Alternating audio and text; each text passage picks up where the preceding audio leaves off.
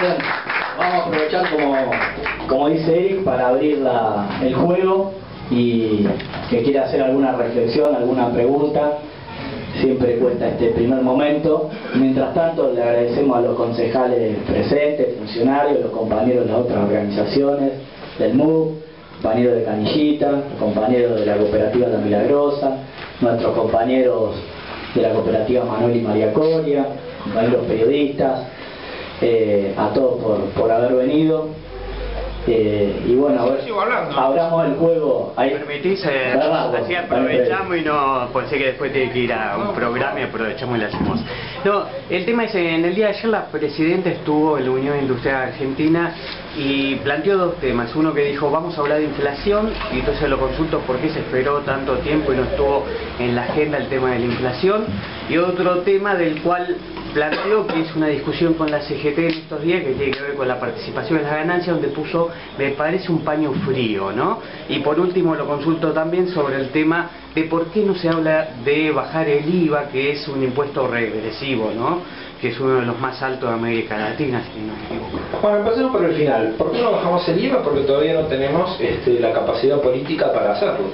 El día que efectivamente nosotros tengamos la capacidad política para bajar el IVA, lo haremos. Lo que pasa es que vos fijate que llegamos con un 22% con Néstor, 44% después con Cristina en primera elección, 54% ahora. Ahora de repente podemos discutir otro tipo de sistema fiscal que se tenga que dar a la Argentina. Pero el impuesto es una cuestión en la cual aquellos que lo pagan lo sufren inmediatamente y aquellos que reciben sus beneficios tardan un poco de tiempo, ¿no? Por lo tanto, nosotros somos muy cuidadosos también del presupuesto público, es lo que me toca a mí en el Senado. Soy el tipo que dice que no, en general. Pero digo que no porque me dice, Amado, no. El negro Pessoa o la presidenta, digo. Pero es así. A mí me toca mantener, contribuir a que las cuentas públicas funcionen bien en el marco de una política fiscal expansiva. ¿Qué significa eso? Que nosotros estamos aumentando el gasto permanentemente del Estado. Comentando con el intendente antes, cuando Néstor llegó al gobierno, se gastaban 2.000 millones de pesos más o menos en toda la obra pública de todo el país. El año que viene vamos a estar en 58, 59.000 millones de gasto de obra pública, de inversión en obra pública, en toda la Argentina. El presupuesto nacional va a ser de 505.000 millones. Esperamos votarlo en diciembre en sesiones extraordinarias. De eso el 60% va a finalidad social. Jubilaciones, pensiones no contributivas, salud, etcétera, etcétera. Por lo tanto, también hay una cuestión de recaudación y también hay una cuestión de reinversión de esa recaudación. Muchos nos han criticado por el tema que Néstor tenía de la caja, que se inscribían con K además para ser, no sé si, para ser malitos. Pero en realidad cuando a Néstor le preocupaba tanto la caja, era porque era la manera de ser libre. Si vos no sos dueño de tu presupuesto, si dependés de un crédito internacional, si dependés del Fondo Monetario o de quien sea, ibas a ser esclavo de eso. Por eso, la cuestión de las finanzas públicas, que es un tema terriblemente engorroso, es sin embargo esencial, y saber si nosotros podemos bajar tal o cual impuesto, hacerlo. Pero tenemos que tener el margen de maniobra político y la sustentabilidad económica para hacerlo, y no para dejarlo para más adelante, pero tenemos que construirlo. Si estamos sacando subsidios a la luz y al gas y a un montón de cosas a las personas, a empresas, ya son 3.400 millones de ahorro que va a ir para la inversión en infraestructura, va a ser de 300, 400 millones para particulares que puedan pagar. Bueno, eso es lo que nosotros vamos a hacer. Ahora, imagínate, hace 2 años intentamos hacer lo mismo y fue un desastre, a tarifazo, a lo mismo.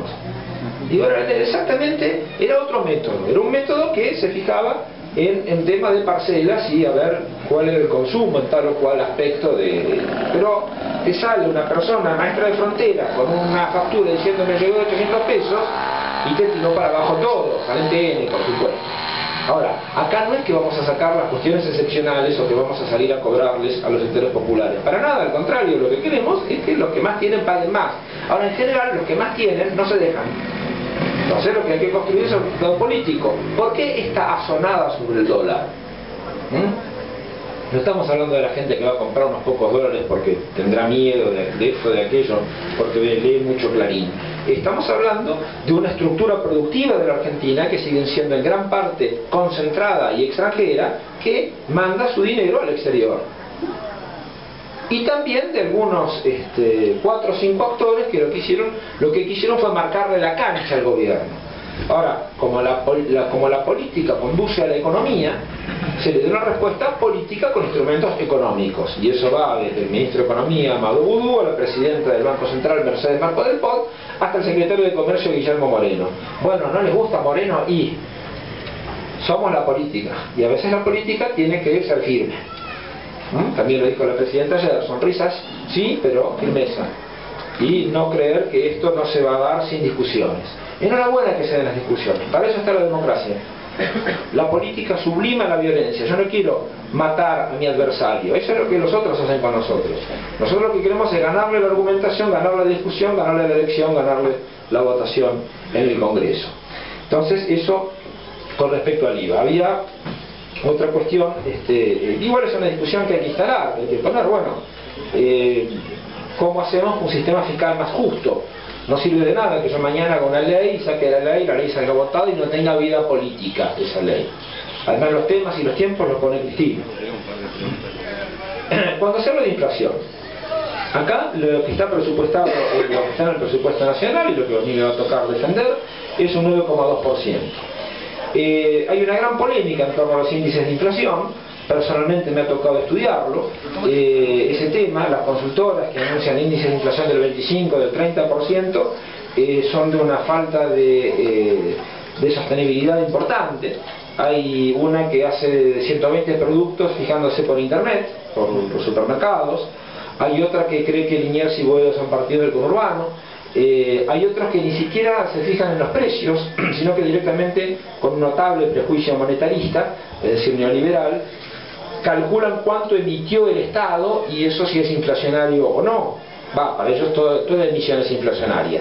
Nosotros consideramos que toda emisión no es inflacionaria en tanto en cuanto sepas a quién le das ese dinero.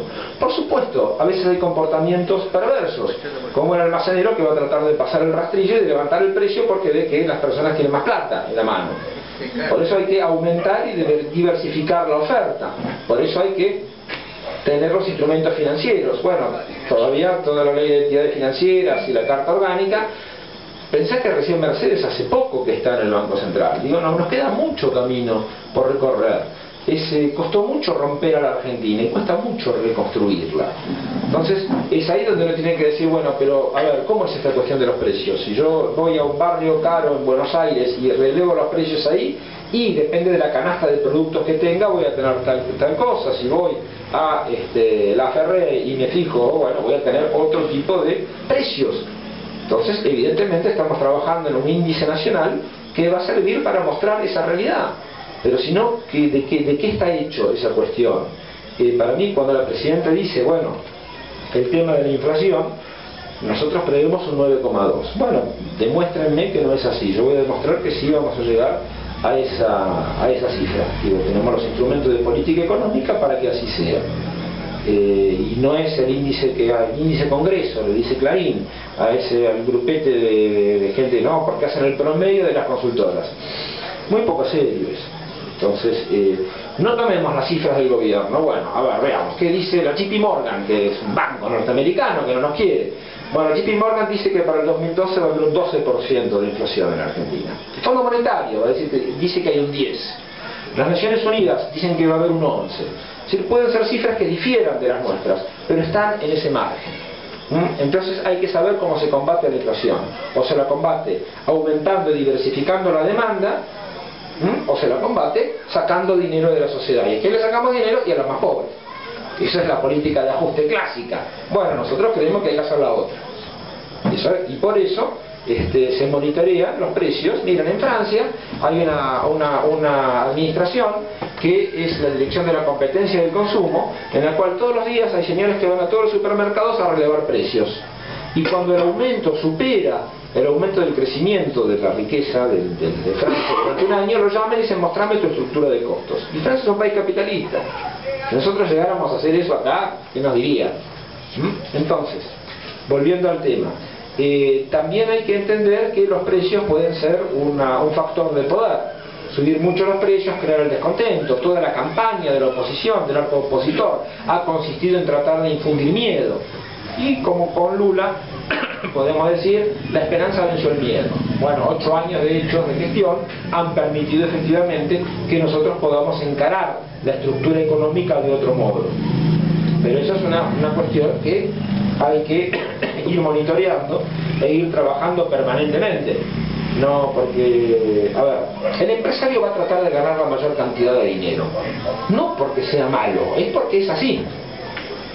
Por lo tanto, cuando vos tenés diferentes sectores, y esto también juntando un poco con el tema de la distribución de las ganancias que decías vos, cuando vos tenés los sectores sociales que dicen, bueno, nosotros queremos esto, queremos esto, queremos esto, queremos aquello, bueno, pero nosotros somos el Estado, o mejor dicho, el gobierno nacional lleva la conducción del Estado, por lo tanto tenemos que ir llevando a todos los sectores del modo más armónico posible. ¿Qué nos pasaba con la 125? Nos pasaba que teníamos un sector de la economía que ganaba en dólares. Entonces te levantaba el precio de los alquileres en todos los pueblos de la provincia de Buenos Aires o del resto de las provincias del país. Esa economía se llama enfermedad holandesa.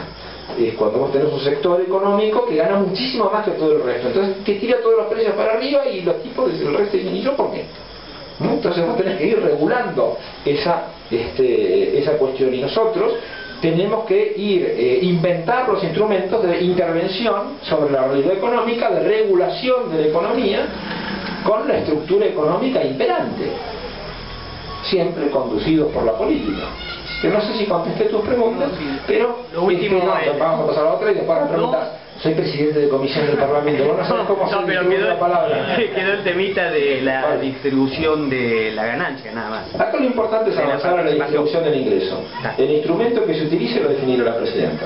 Y ayer dijo que iba a ser que tenía que hacer una cuestión entre empresarios y trabajadores. Bueno, soy parte del bloque oficialista del Senado hoy, diputados mañana. Me parece que todo se puede discutir, todo se puede hablar, pero los temas y los tiempos, creo que durante los años de Néstor y los años de Cristina, la conducción nacional ha demostrado ser correcta. Y sobre todo cuando siempre hubo algún conflicto, estar del lado correcto. El convite es tratar de que, como dijo Cristina, sola no puedo, que nosotros también podamos participar de eso.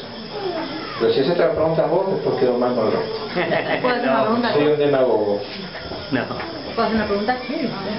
Por ahí abusando de tu poder de síntesis, ¿no? Pero, ¿qué tenemos que esperar en la Argentina y en la región, querés, en relación a la crisis internacional, en lo que viene, digamos? ¿Qué nos puede afectar o no? ¿Cuáles son nuestras fortalezas?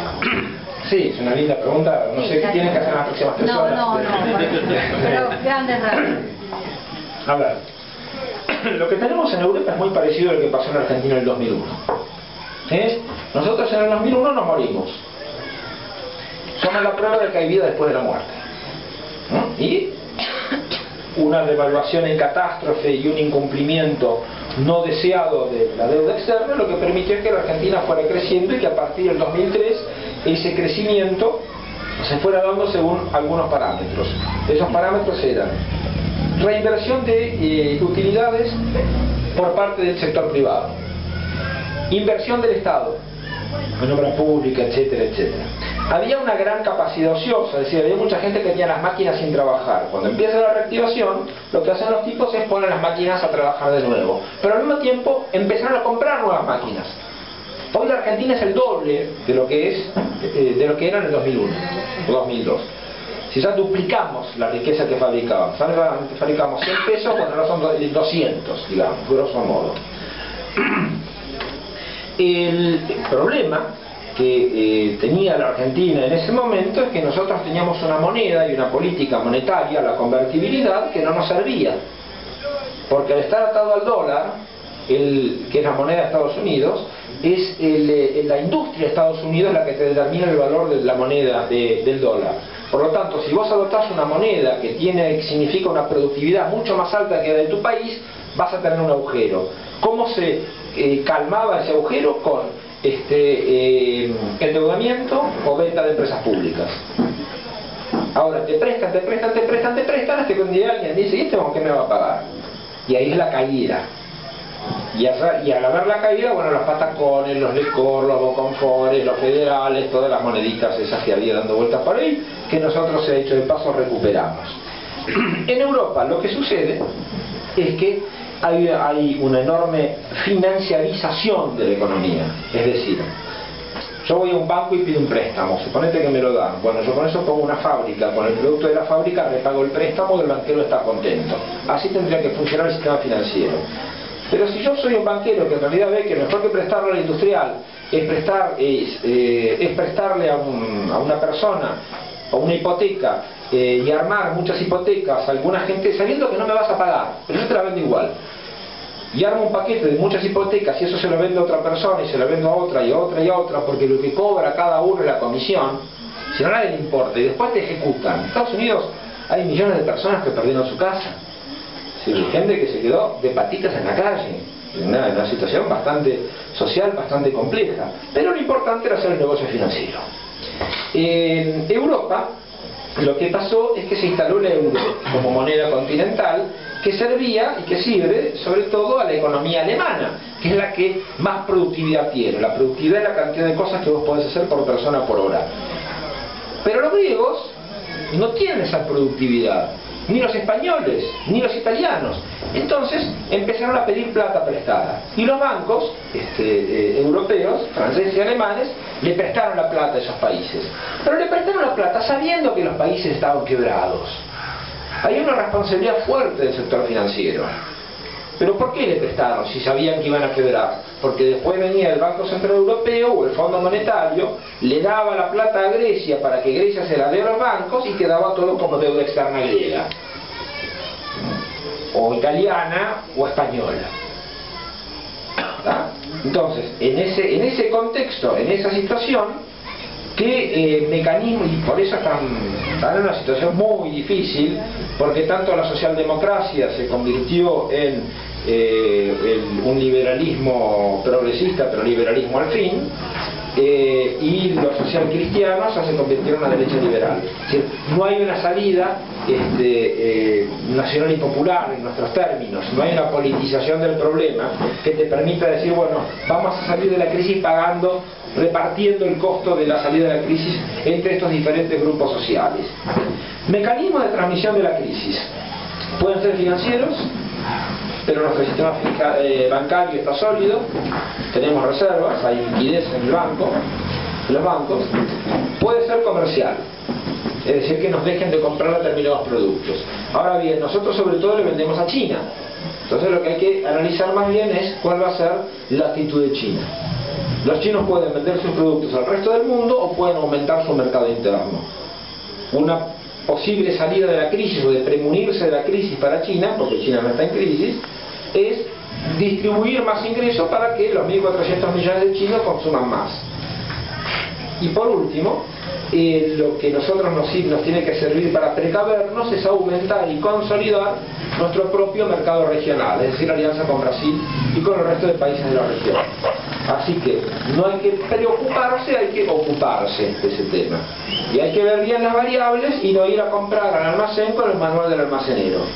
Porque lo que dijo Cristina también ayer, soy muy cristinista, disculpen. El eslogan de esta reunión de los 20 países así importantes del mundo en Francia era Nuevo Mundo, Nuevas Ideas. Y Cristina dijo, está bien lo del Nuevo Mundo, ahora yo no vi ninguna nueva idea. Ni adentro ni afuera. Entonces un poco lo que hizo este muchacho Néstor es traer los problemas económicos y sociales a la política, porque la política somos todos y todos podemos participar en política. En cambio, si los problemas económicos y sociales quedan en una esfera técnica o se le pretende una solución técnica, y va a venir un tipo para decir, no, pará, yo sí soy técnico, mirá mi diploma, vos no existís. Por eso nosotros creemos, desde nuestro paradigma, que la solución de los problemas económicos y sociales es política, y instrumentaciones técnicas. Y aquellos que creen que la solución de los problemas económicos y sociales es técnica, son la barbarie, son la barbarie absoluta. Sarmiento quizás tenía razón, es una cuestión de civilización y barbarie. Pasa que los civilizados éramos nosotros, los gauchos, los paraguayos y los pueblos originarios, y no los señores que nos impusieron un modelo injusto y muchas veces genocida. Así que bueno, estemos atentos. Muy bien. ¿Uno más? Si no queremos más. ¿Cómo estamos, gordo? Y estamos 8 cuartos, ya te tienen que estar. ¿No? ¿Está terminando? Bueno, no cortito, no cortito. Dale, la última. Llegamos tarde. Cerramos. Sí, yo. Sí. Ahí para la compañera levantó la mano, Miguel. Hay una frase que dijo que me pareció que tiene mucho que ver con la militancia, que dice, no es sancionar solo una ley, sino que la ley no tiene vida política. Eso habla del consenso, del conocimiento, de lo que pasa previo cuando se instala a un problema nuevo en la sociedad y después se transforma en ley. Los militantes, ¿cómo acompañamos ese proceso para que un nuevo problema sea una ley a tratar en el Congreso? Bueno, lo primero es tener las ideas o tener las ganas de discutir determinado tema. Por ejemplo, el sistema fiscal. Bueno, ¿cómo funciona el sistema fiscal? Si quieren, vengo un día y hablamos del sistema fiscal, porque a mí es un tema que me interesaría cambiarlo alguna vez. Y después discutiendo, convenciendo, escuchando a los demás. Yo no sé si crear consenso, que es una palabra medio compleja quizás para mí, pero sí creando conciencia de que ese es un tema que tiene que ser solucionado. Lo que yo dije recién de la solución política de los problemas económicos y sociales. A ver, ¿cómo se trae a la política esta cuestión? ¿O por qué hacemos que las aseguradoras liquiden los dólares acá? O sea, que aquellos que tienen plata afuera la traigan de nuevo a la Argentina.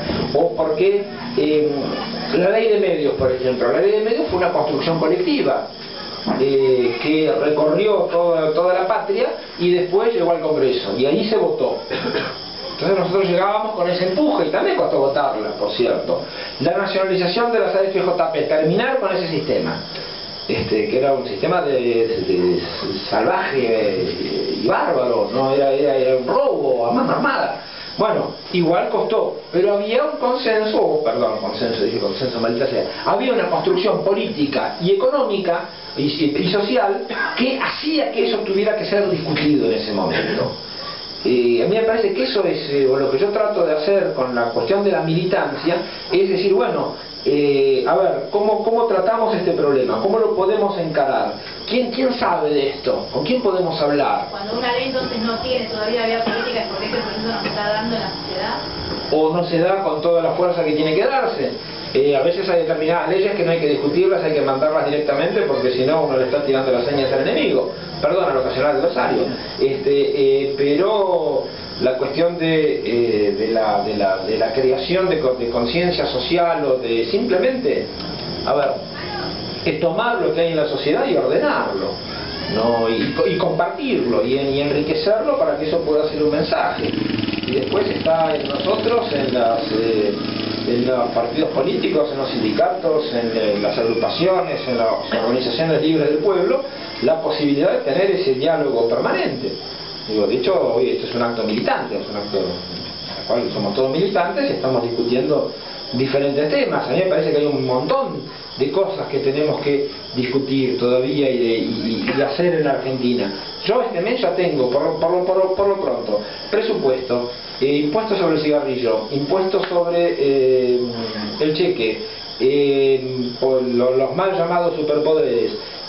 Ya tengo en diciembre que estas 4 leyes hay que sacarlas para que encaremos el 2002 en un contexto internacional complejo con un horizonte de previsibilidad. Ahora, el resto de las cuestiones y de las iniciativas son los que hay que ir empezando a debatir y empezando a construir. No hay, me parece que lo que nos han dado Néstor y Cristina es una brecha en una pared que parecía infranqueable. Así que tenemos que pasar por esa pared, tenemos que agrandar esa brecha y llenarla de contenido. Ahora, somos un equipo, ese equipo cada cual se encarga de lo que le toca en el momento en que está, pero eso va desde el militante, desde el cuadro militante, desde el cuadro de conducción, desde la conducción, desde el lugar que sea. A mí me encanta militar, no me puedo pasar horas charlando con ustedes si tenemos un asadito. Porque no solo de militancia vive la persona, Pero yo en todo caso muy agradecido al intendente, muy agradecido los compañeros. Bueno, entonces le voy a dejar el libro al intendente, prometiendo que traigo 25 libros para la biblioteca que tienen ahí.